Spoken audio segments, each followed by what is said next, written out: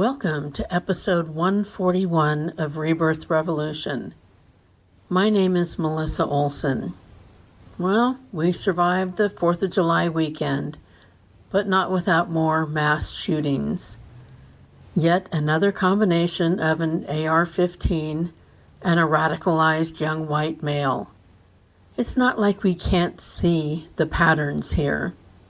I fear that we will not make change happen until each and every one of us has a loved one who dies in this heinous fashion.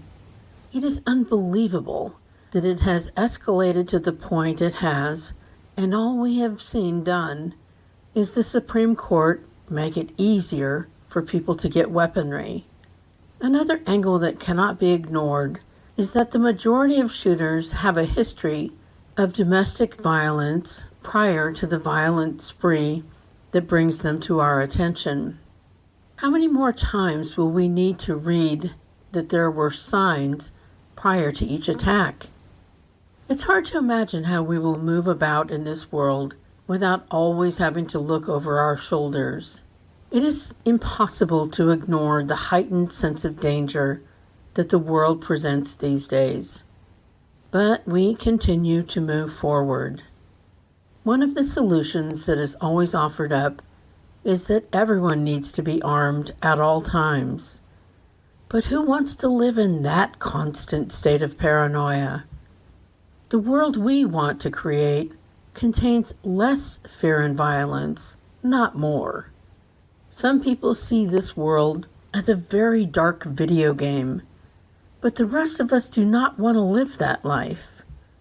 We want to walk in the light. And if that's how we go out, then so be it. It is still preferable to spending what time is left in the darkness.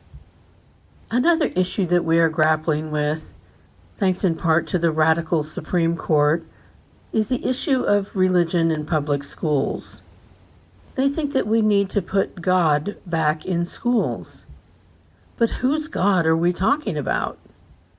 The First Amendment Establishment Clause prohibits the government from making any law respecting an establishment of religion.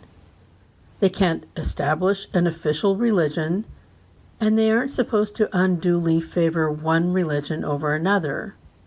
So whose God are we putting back in school? And what proof do we have that this will change anything for the better? Putting God in churches has not stopped children from being molested by their religious leaders. Will we allow all religions to have a chance to tell the students what they believe? Would parents be okay with that? The evangelical Christians always seem to have blinders on, forgetting that their way of seeing the world is not the way that everyone else sees the world. If we are not to show preferential treatment for one religion, then we surely need to let every other religion get a crack at those kids.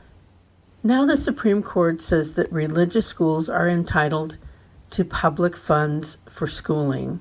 Yet these schools and the churches they come from are not taxed. They are not taxed, and now they want to get their mitts on the tax funds of those who do pay taxes. This really gets under my skin.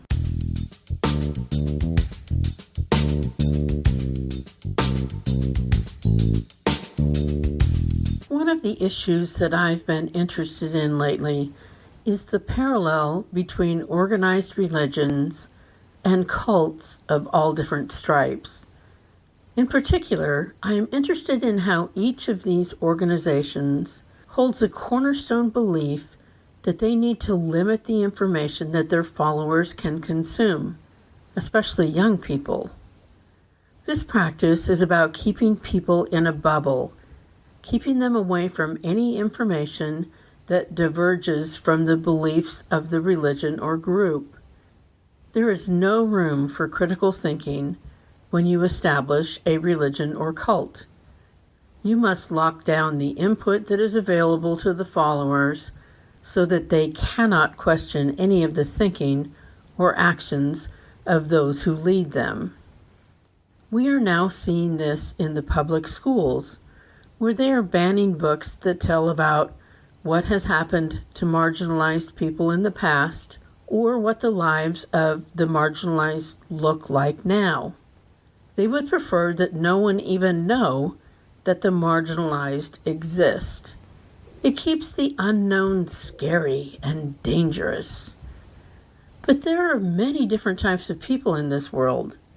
People who live very different lives, all as valid and important as everyone else's. There are people whose ancestors survived the unthinkable. Some say that we can't let young people see this information because it would make them uncomfortable. But when have we ever done anything before it made us uncomfortable? Being uncomfortable is a necessary precursor to growth. One of the things that bothers me the most about keeping people away from the people and concepts that are foreign to them is that this shuts down all hope of them developing empathy, and it shuts down their ability to see that they don't have to be exactly like those who surround them to live a rich and meaningful life. The world doesn't need any more cookie-cutter people. They are only of use to capitalism, as they tend to march well to any orders given, and they don't ask questions. Cookie-cutter people are easy to use and abuse because they are more concerned with fitting in with those around them than anything else. Conforming is given more importance than wondering what is right, what is just, and what do I need to know to expand my thinking. What the world needs is for each and every person to bring to fruition the gifts that they brought to the planet so that they may make this place a better, richer, and more nuanced place. We need every different type of person to achieve what we are here to achieve. We also need to recognize the value in those who are not exactly like us. We need to care about the people who are not exactly like us. We need empathy. We also need to question everything. Nothing can get better if we are not willing to examine what is and determine if there might be a better way. When those who are running the agenda shut all outside information down, they make everyone outside of their system, they make them out to be wrong and dangerous. Obviously, that's not true, but it keeps their followers engaged through fear of the outside world and all the people in the outside world who must, by definition, be wrong and bad. There's no getting around it.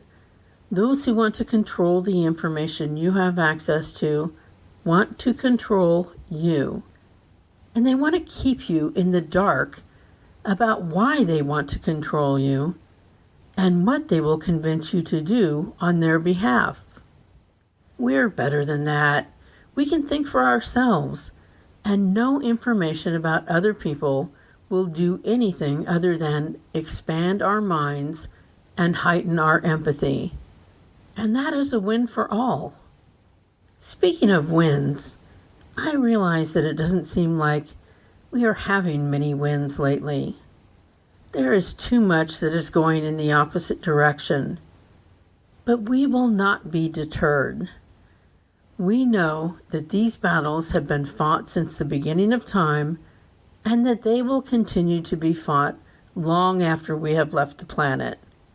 We don't need everything to go exactly our way to know that we are doing our part. We just need to do what we can and never give up the fight. We are not fighting just for ourselves. Our ancestors fought many battles for our benefit.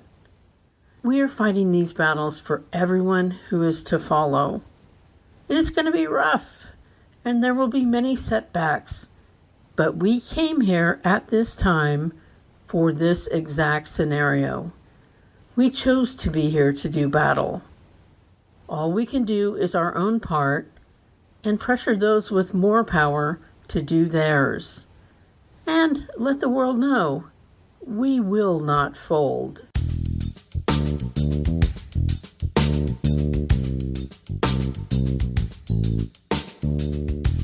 Thanks for returning for another week of Rebirth Revolution. I appreciate the fact that you have not folded. You are on the side of right, and I know that you will do what you can to keep engaged. Rebirth Revolution can be found on all the podcast apps, the music apps, on Audible, and full episodes can be found on our YouTube and Facebook pages. Please rate, subscribe, download, and share whenever possible. Until next week, push for sensible gun control. Pray for those who have lost their loved ones. Stick with your COVID precautions. And let people know that you will not be pushed around. Remember, you are loved exactly as much as every other person on the planet, not 1 ounce more or 1 ounce less. Stay strong and safe and resilient.